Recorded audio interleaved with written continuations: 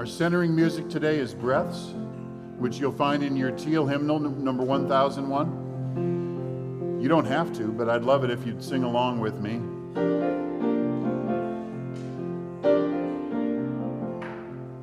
Listen more often to things than to bees. Listen more often to things than to bees. 'Tis the ancestor's breath when the fire's voice is heard. 'Tis the ancestor's breath and the voice of the waters. Zah.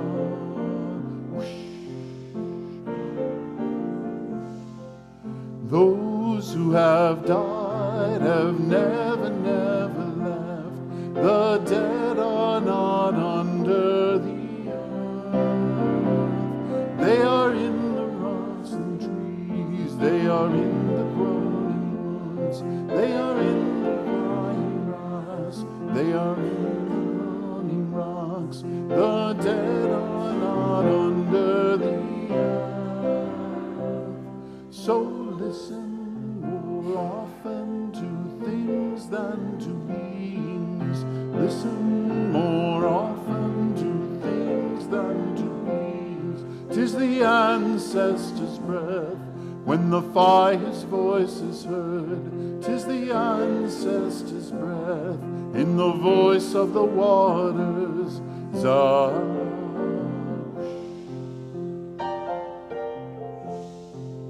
Those who have died have never, never left.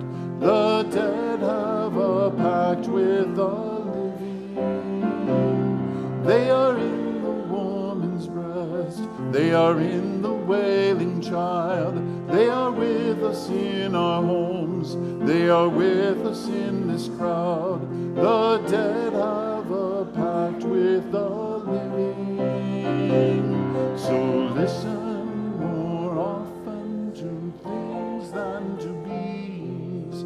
Listen more often to things than to beings. 'Tis the ancestor's breath when the fire's voice is heard. 'Tis the ancestor's breath in the voice of the waters. Zah.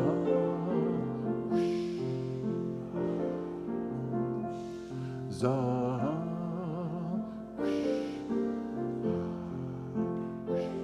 Zah.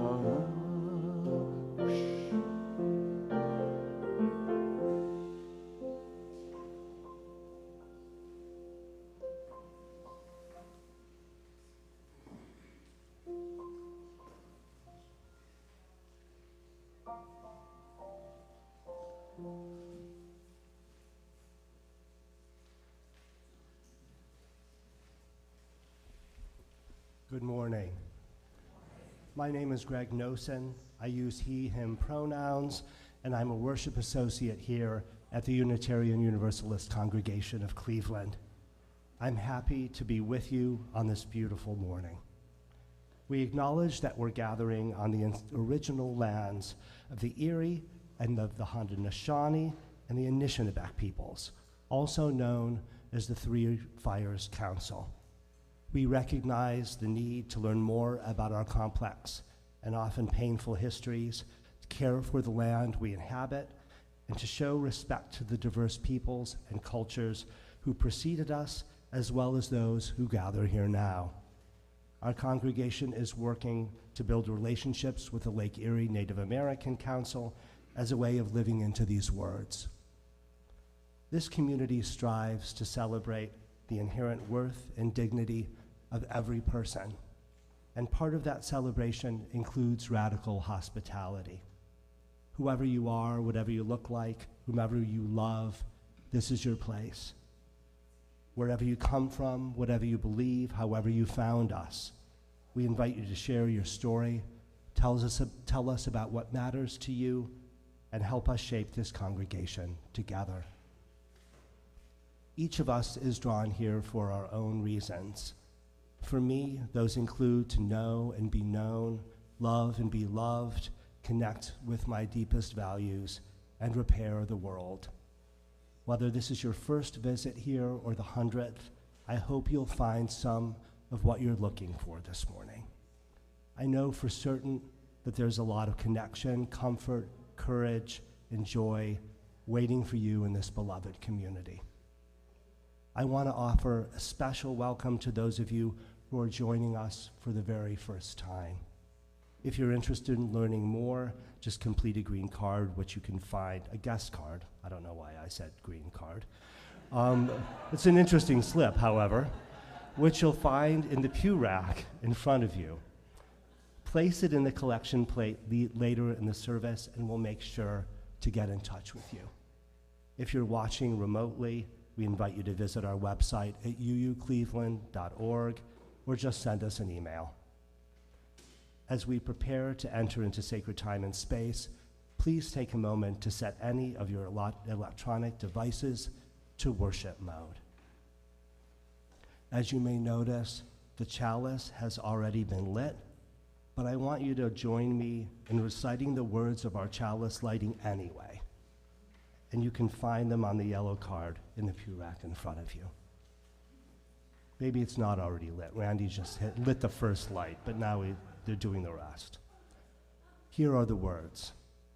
We cultivate trust with one another by celebrating differences, honoring boundaries, and offering compassion and care.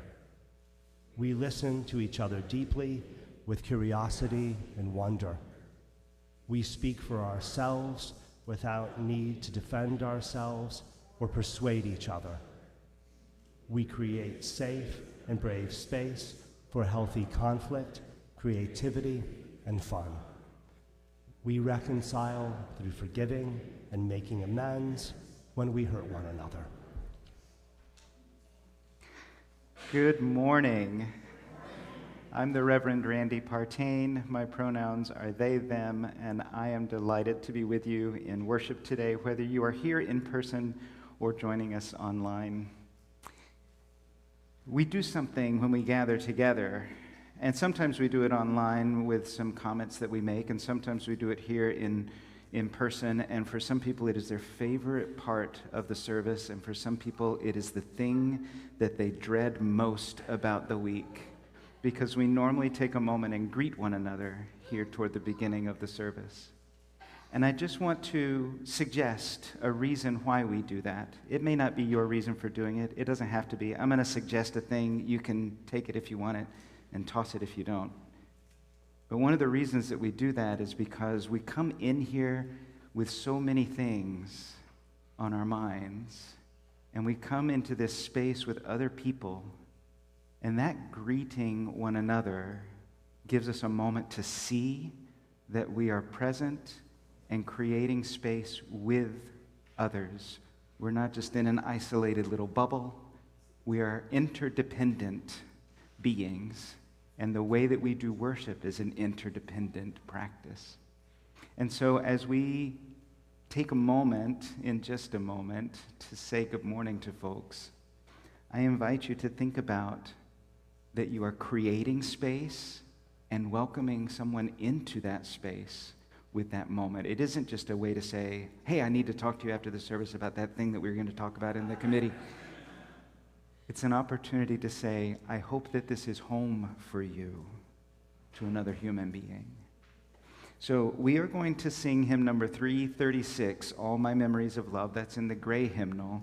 But before we do that, as you are willing, I invite you to take a moment to welcome someone else home into this sacred space that we create together.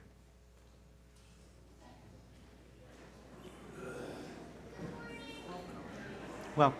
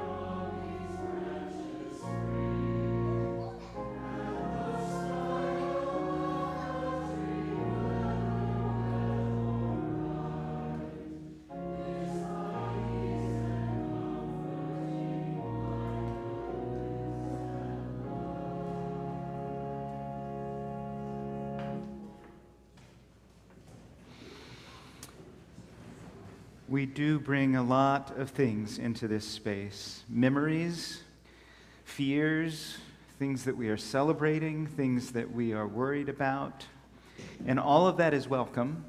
Some of it, it's okay if we set it outside and pick it up after the service. But some of it, we need to carry with us into this space.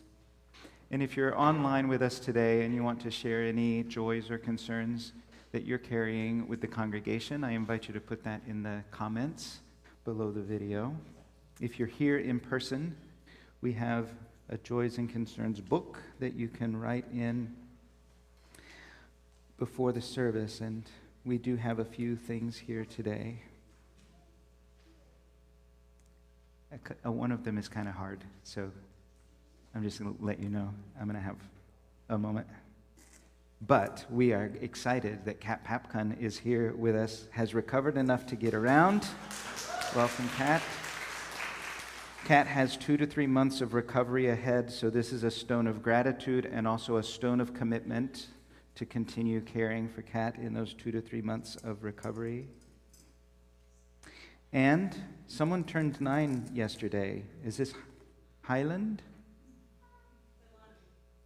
Oh, it's Leilani. It looked like a D at the end. I got confused. You turned 9? Congratulations. A stone of celebration for Leilani. We also send love and care to Lena Paskowitz and family. Her grandson, August Carl, was born on Wednesday at 21 weeks gestation. He lived just a few minutes and will be loved forever. Love and care.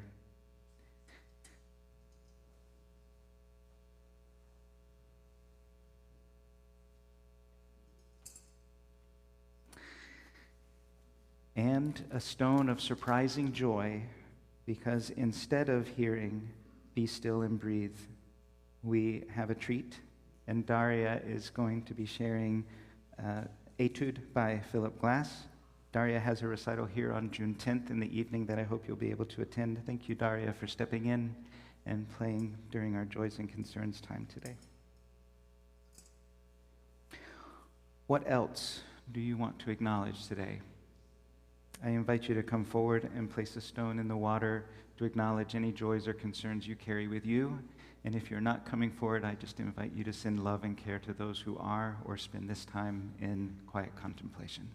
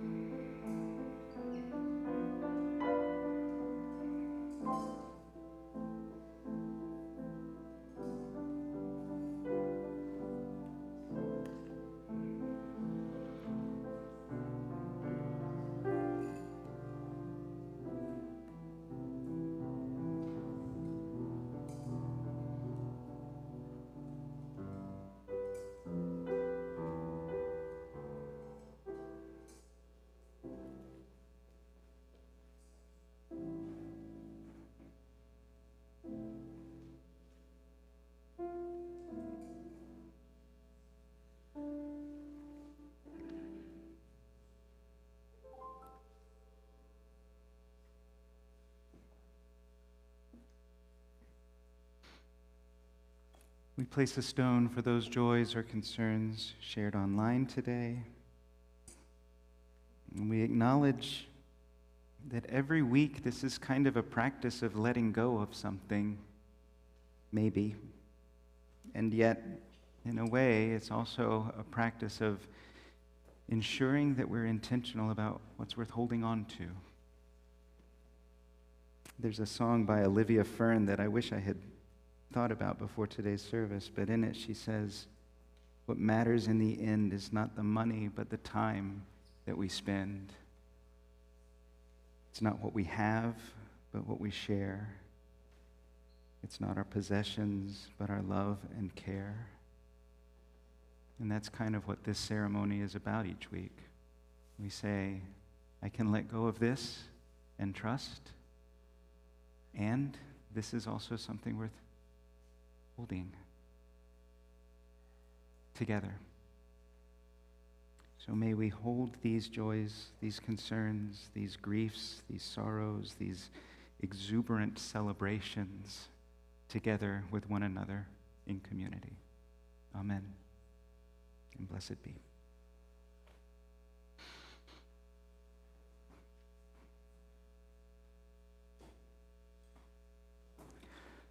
I brought something with me today. It's a curious thing. It's a jar, but it's a jar that a friend made for me. Have you ever had a friend move away? Mm-hmm. Yeah? It's hard. It's hard. It's tough when a friend moves away. And so I had this jar, and it's got all kinds of things about our friendship in it. Yes, ma'am. Your friend also moved away. Yeah, that happens to a lot of us. And it can be really tough because I used to spend a lot of time with this person, and then they weren't there anymore to spend time with. And so before they moved away, they made this jar with all kinds of stuff in it. There's a chalice down there you can probably see, because you have to put a chalice on everything, or in everything. Yeah. What else do you see? Two feathers. There's 2 feathers. A compass. Dice, yeah. And some playing pieces. There's 2 of them, because there were 2 of us. And Other game pieces, like a little jar of the glitters. game pieces. Yeah, there's a little jar of glitter in there. I think it's supposed to be. Yeah. There's a leaf. There's some natural-looking stuff. That's not an actual leaf, though. I think it's made out of paper. A ribbon. There's a ribbon at the bottom. Yeah. Stickers. Stickers. Yeah, that's a sticker for Westeros, and a sticker for our travels to Narnia. And on the back, there's a sticker from Oz and Mordor, the places that we went. There is.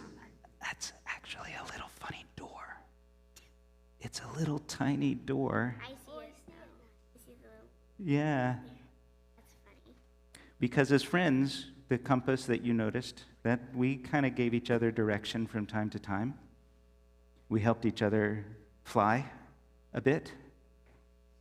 We opened doors for each other. We played a lot. So that's what the game pieces are for. And so when I look at this jar, it's got all of these things that remind me of our friendship and remind me of the connection that we had.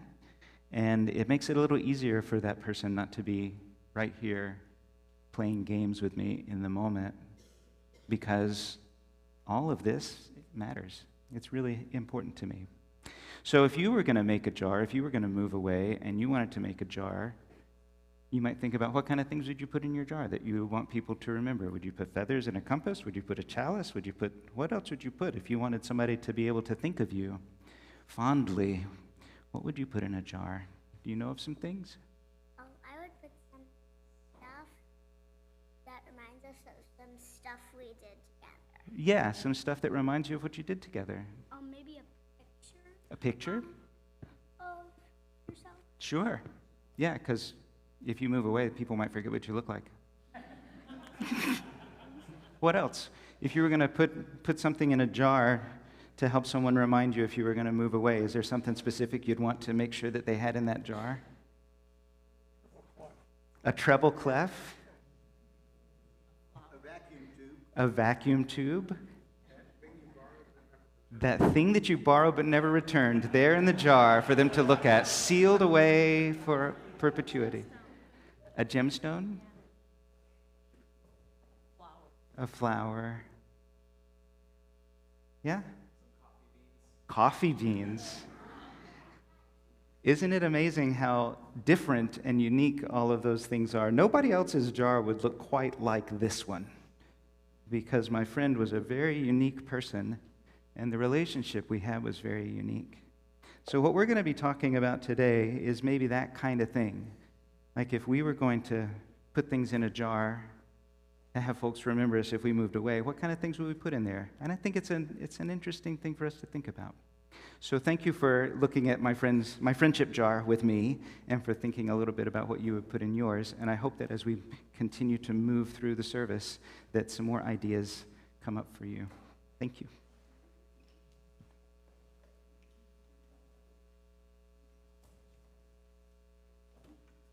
This week's offering recipient is Pact. Pact's full name is Faith Communities Together for a Sustainable Future. And it's a group that promotes clean air, clean water, healthy soil, and a quick, safe, just transition to renewable energy sources and sustainable living. Founded in 2015 by anti-fracking activists, including many Unitarian Universalists, Pact engages UUs, Catholic, Jewish, Protestant, and other faith communities from 16 counties in Ohio, 3 in West Virginia, and some in Pennsylvania as well.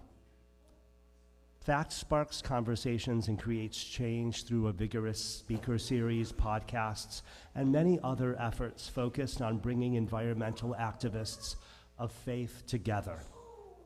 Our own Ministry for Earth Committee here at UUCC has been an anchor community for Pact for more than a year, and I encourage you to connect with them to find out more about Pact and explore how you can get involved in the group's important efforts. I invite you to support Pact's work by giving generously right now. Please place your offering, cash or check, made payable to UUCC in the collection plate as it's passed. You can also contribute via Zelle, using donate@uucleveland.org, or via Cash App to $UUCC44122. Please use the memo line to indicate whether your contribution is for today's plate, your annual pledge, or something else. Thank you.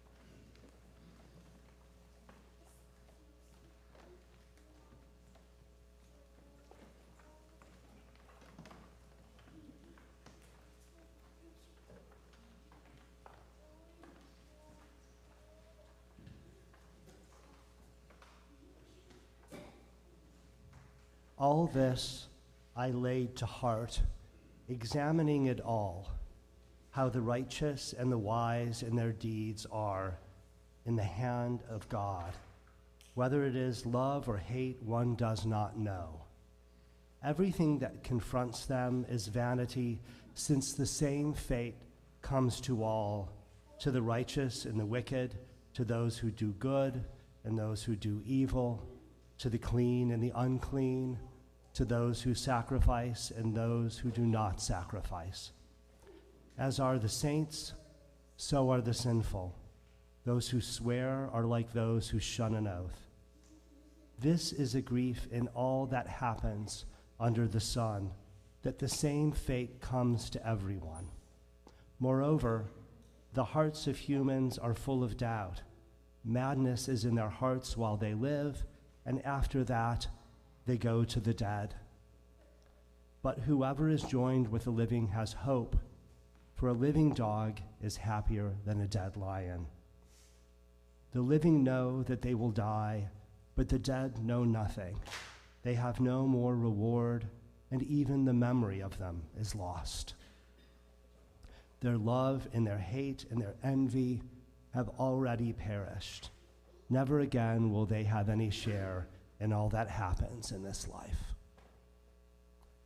Go, eat your bread with enjoyment and drink your wine with a merry heart, for God has long ago approved what you do. Let your garments always be white. Do not let oil be lacking on your head. Enjoy life with the people whom you love all the days of your vain life that are given you, because that is your portion in life and in your toil at which you toil under the sun. Whatever your hand finds to do, do with your full heart, for there is no work or thought or knowledge or wisdom in the grave to which you are going. Again, I saw that the race is not to the swift, nor the battle to the strong, nor bread to the wise, nor riches to the intelligent, nor favor to the skillful, but time and chance happen to them all.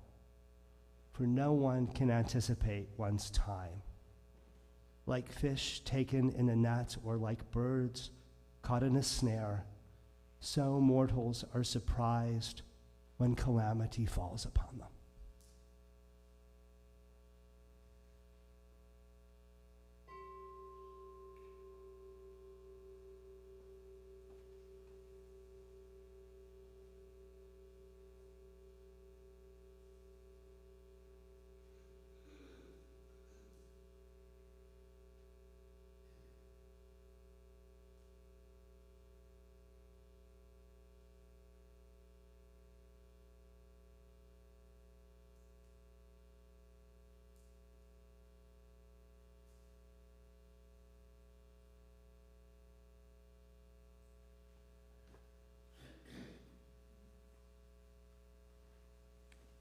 You may have a different theology than the writer of Ecclesiastes about what happens at the end and beyond that, and that's okay.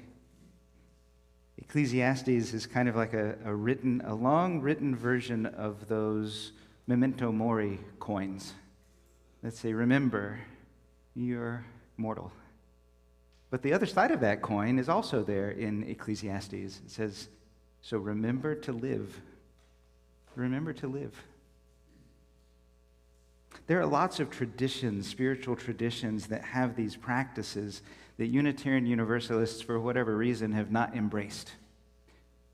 We have gotten rid of a lot of things like baptism. Baptism is a thing that a lot of Christian churches practice, and unlike a christening, which you don't put a baby underwater for a christening, but adults' baptism, you have this dying and rising. You go under and you come back up again. It's a practice. A lot of churches only do it once. Some faith traditions, they have a regular practice of dying and rising. Not literally, but there are ways that we practice in community this surrendering, this letting go. Maybe there are moments that you have felt that in your practice, in your personal practice. But in Unitarian Universalist circles, as collectives, we don't often have those moments where we say, we're going to let go, and then we're going to move forward. We're going to release, we're going to surrender, we're going to trust, we're going to admit all of the things that we do not control and do our very best with the things that we do control. There are rituals for this out there in other communities. Maybe we have some here that become like that for us. But the lovely thing about Unitarian Universalism is when we don't have a thing, we can make it up.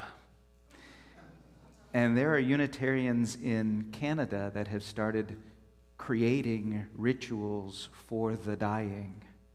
And I know that we have some people here in this room that do hospice volunteering, or you are death doulas, and you have spent more time than most with those who are dying. And it can be a challenging process.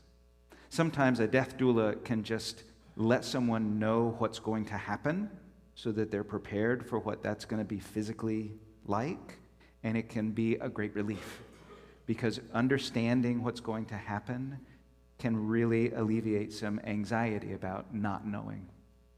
But there are also rituals of transition that people have started creating because this is such an important time, moving on from life. There are rituals of reconciliation where we admit that our time is short and there are some things that still need to be repaired between us and other people.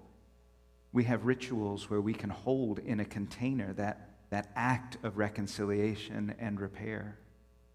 There are rituals of countdown candles so that as people are moving through those different stages of dying, they have candles that they can light and say, this is where we are now, and this is where we are now. And it helps to make sacred that tracking of those moments rather than it just being a physical process.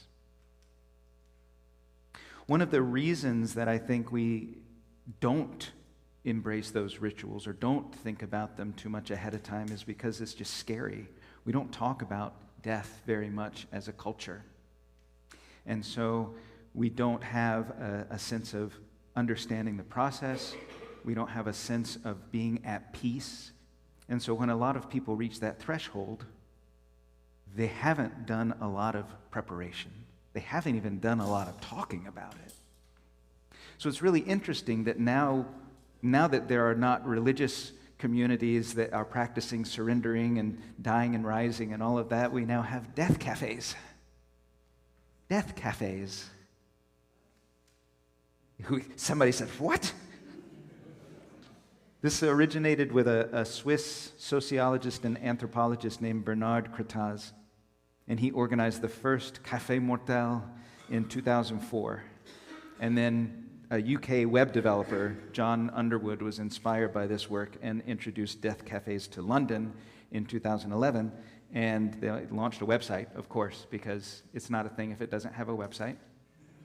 And then the first death cafe in the United States was here in Ohio, closer to Columbus, but it was organized by a hospice worker, Lizzie Miles. And the point behind a death cafe is that you get together and you talk about death. And you talk about it in a way that doesn't have a lot of filters. You talk about it in a way that's really honest and vulnerable with other people who are not experts, because who among us is an expert on death? So we get together and we talk, and we hold things loosely because there are some things we just don't know, and there are some things we do. There are some things we can talk about with some confidence. But Cretaz said that he wanted this Café Mortel to break the tyrannical secrecy surrounding the topic of death. And so that for a moment, people who are assembled together, thanks to death, can be born into authenticity with one another.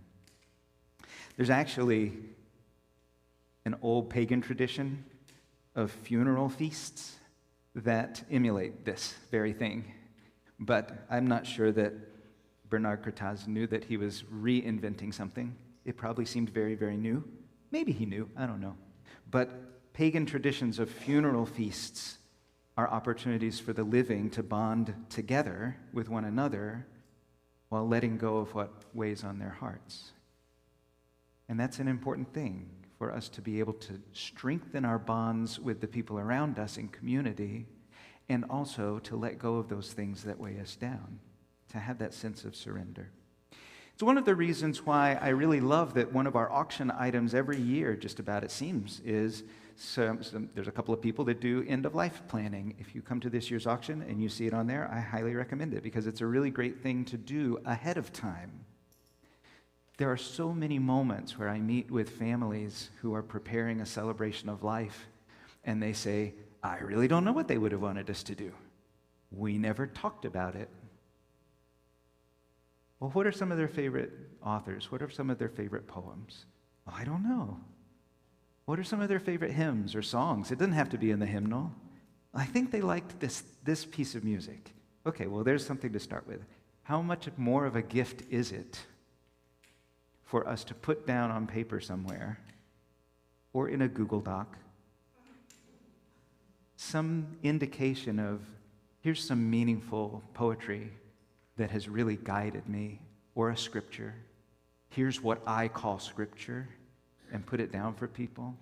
Here's what I think is going to happen to me next after I transition, and let people know.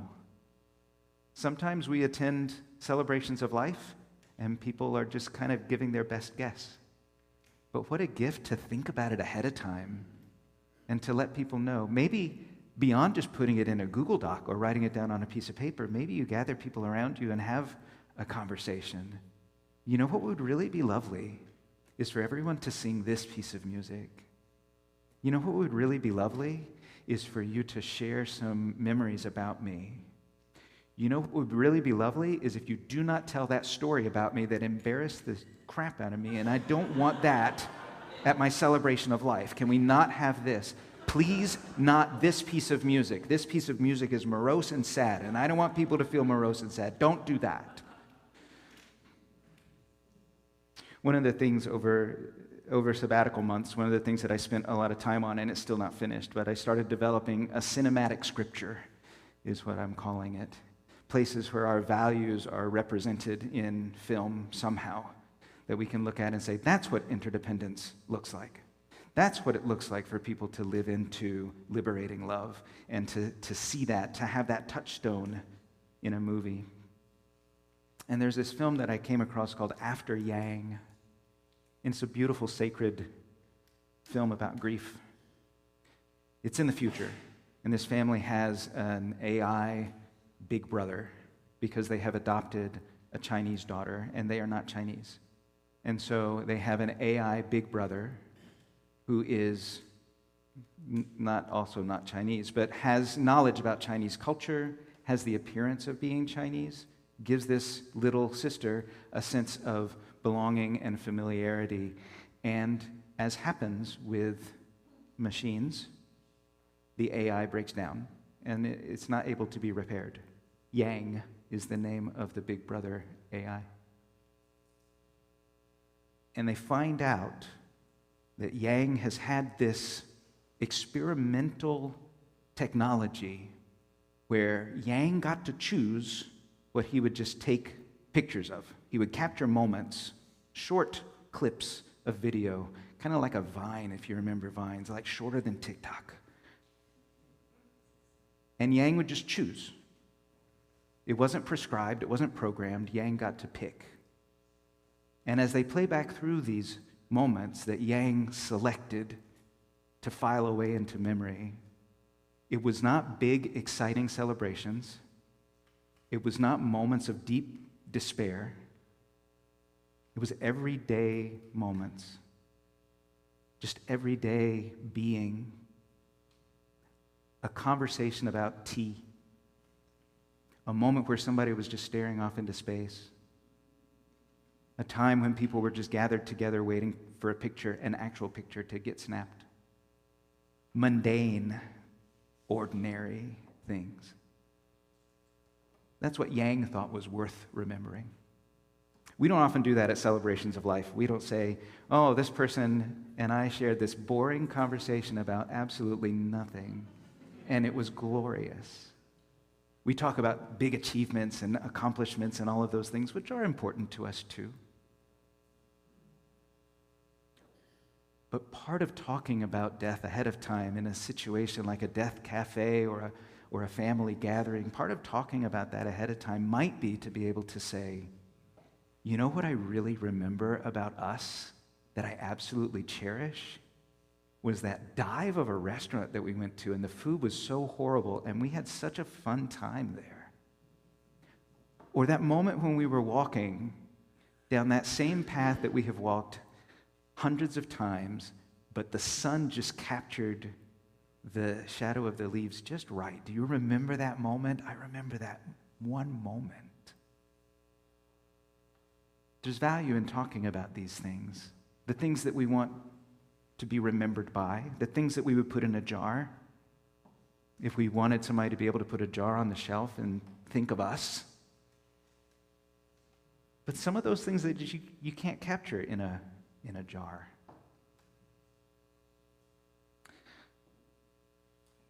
I heard through the grapevine that the lay pastoral care team had wondered that upon my coming back from sabbatical, would I be willing to facilitate a death cafe? And my first thought was, well, I would, but you don't need me to facilitate a death cafe. They're designed to just be a group of people gathering together and talking, and you do not need an expert in the room. So if you would like to have a death cafe here, please have a death cafe. Have lots of them. Get together in other places. Go up to the Van Aken Market Hall and sit in a big public table and talk about death over your favorite coffee or whatever, and people will say, what in the world is happening right now?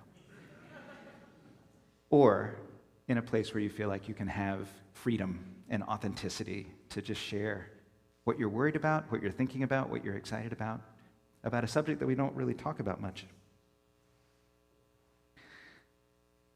There's also maybe a place in our spiritual practices for more letting go. We do it at big times, maybe. There are significant moments where we have a ritual of letting go.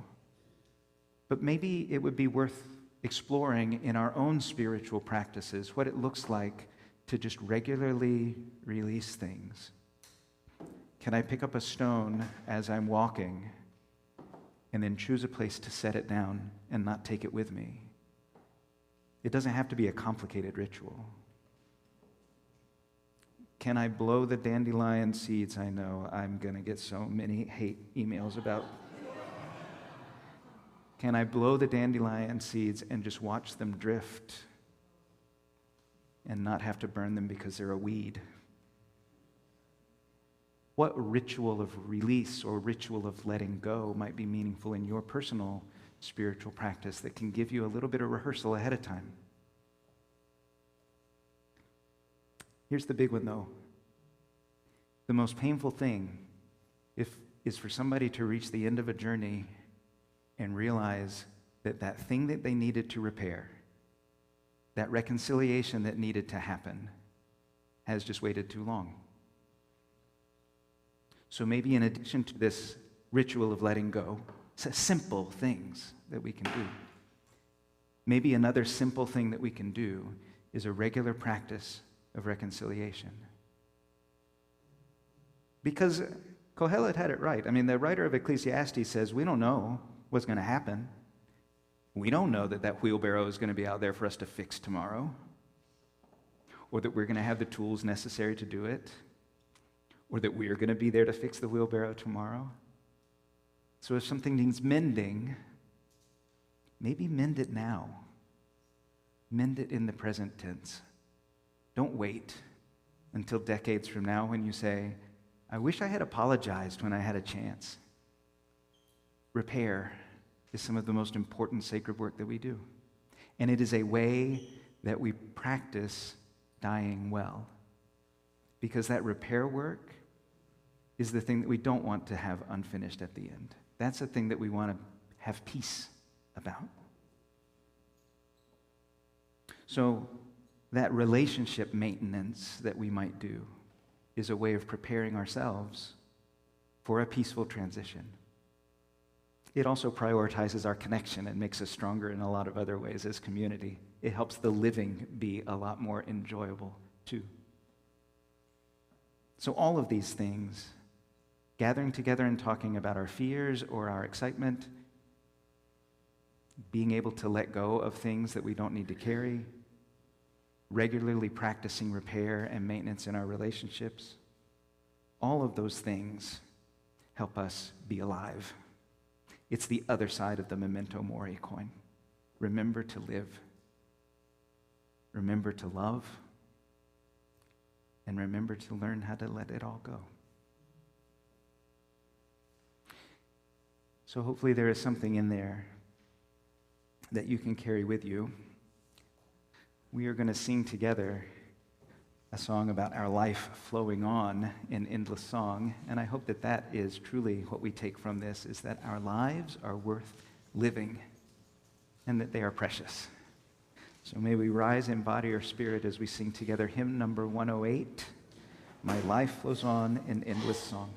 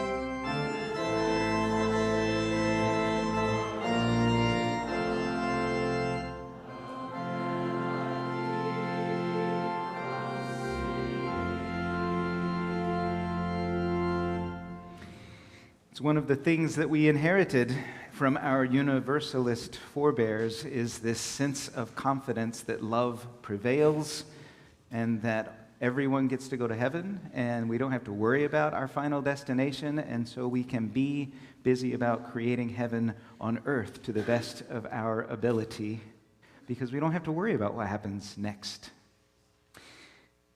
So, if you are ready to get to work creating heaven on earth as much as possible, I want to let you know that the monthly Engage for Greater Cleveland congregations will be right here in our fellowship hall this Thursday, May 28th at 7 p.m. If you have never attended an Engage GCC event, then here's your chance on home turf to meet some people, learn more about Greater Cleveland congregations, and learn about some opportunities to work shoulder to shoulder with an interfaith partnership for the betterment of our county.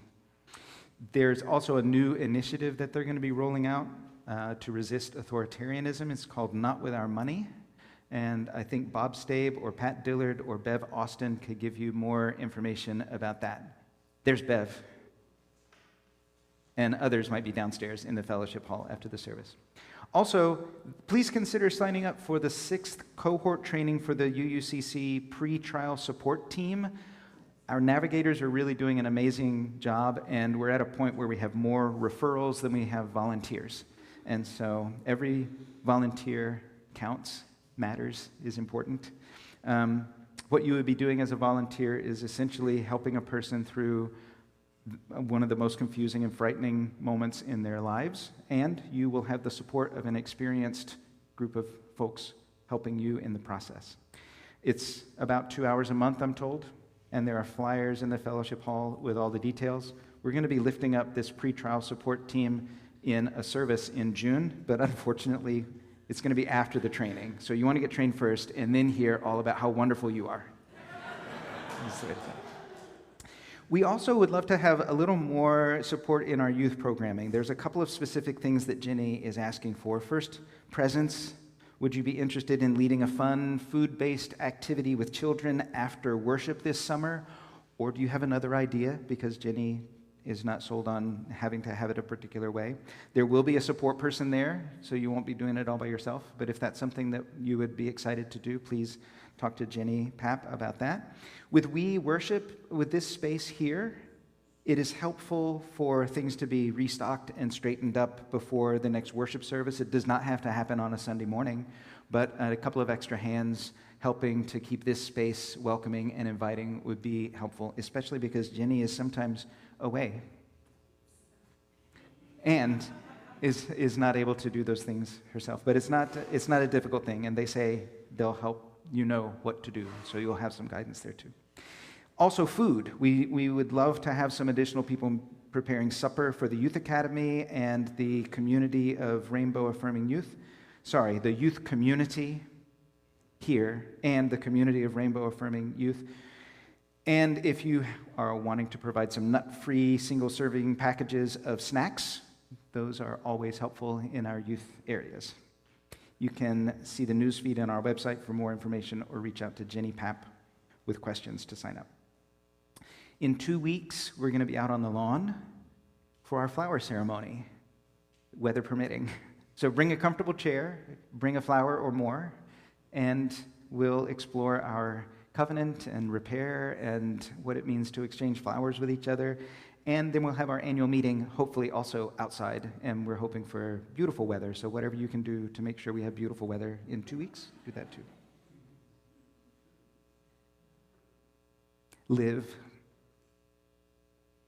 Live fully and well. May you have clarity about what matters and the courage to act on that clarity. Amen, and blessed be.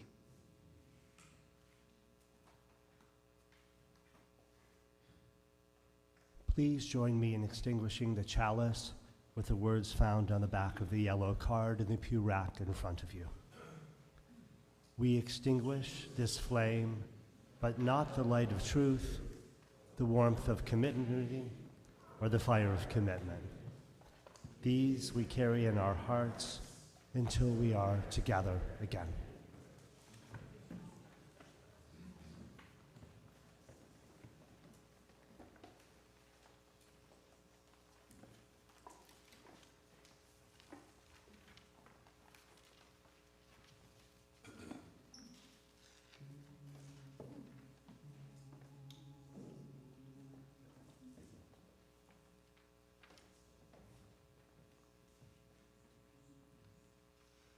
Dum, dum, dum.